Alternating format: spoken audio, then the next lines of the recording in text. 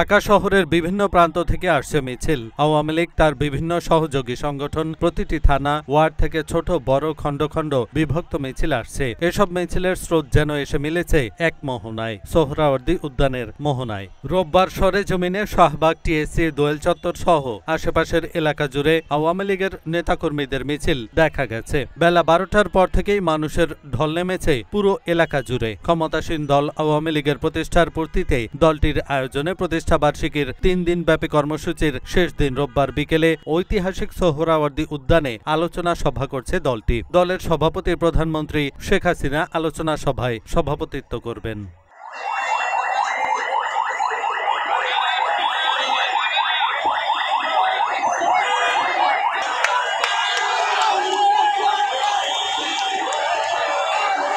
ভাষা আন্দোলন ও মহান মুক্তিযুদ্ধ থেকে শুরু করে সব আন্দোলন সংগ্রামের সামনে থেকে নেতৃত্ব দেওয়া দেশের প্রাচীন ঐতিহ্যবাহী রাজনৈতিক দল বাংলাদেশ আওয়ামী লীগের ৭৫তম প্রতিষ্ঠাবার্ষিকী আজ রোববার। ১৯৪৯ সালের এই দিনে পুরান ঢাকার ঐতিহ্যবাহী রোজ গার্ডেনে পূর্ব পাকিস্তান আওয়ামী মুসলিম লীগ প্রতিষ্ঠার মধ্য দিয়ে রাজনৈতিক দলটির যাত্রা শুরু হয়। ১৯৫৪ সালের নির্বাচনে বিজয়ের পর ১৯৫৫ সালে অনুষ্ঠিত কাউন্সিলে দলের নাম থেকে মুসলিম শব্দটি বাদ দেওয়া হয়। আর পূর্ব পাকিস্তান শব্দ দুটি বাদ পড়ে বাংলাদেশের স্বাধীনতা যুদ্ধের সময় থেকে। স্বাধীনতা ঘোষণা করার পর থেকে সব কাগজপত্রে বাংলাদেশ আওয়ামী লীগ নাম ব্যবহার শুরু হয়। প্রতি বছরের মতো আওয়ামী লীগ বিস্তারিত কর্মসূচির মধ্য দিয়ে ৭৫তম প্রতিষ্ঠাবার্ষিকী উপলক্ষে প্লাটিনাম জয়ন্তী উদযাপন করছে। এরই ধারাবাহিকতায় প্রতিষ্ঠাবার্ষিকীর 3 দিনব্যাপী কর্মসূচির শেষ দিন রোববার বিকেলে ঐতিহাসিক সোহরাওয়ার্দী উদ্যানে আলোচনা সভা করছে দলটি।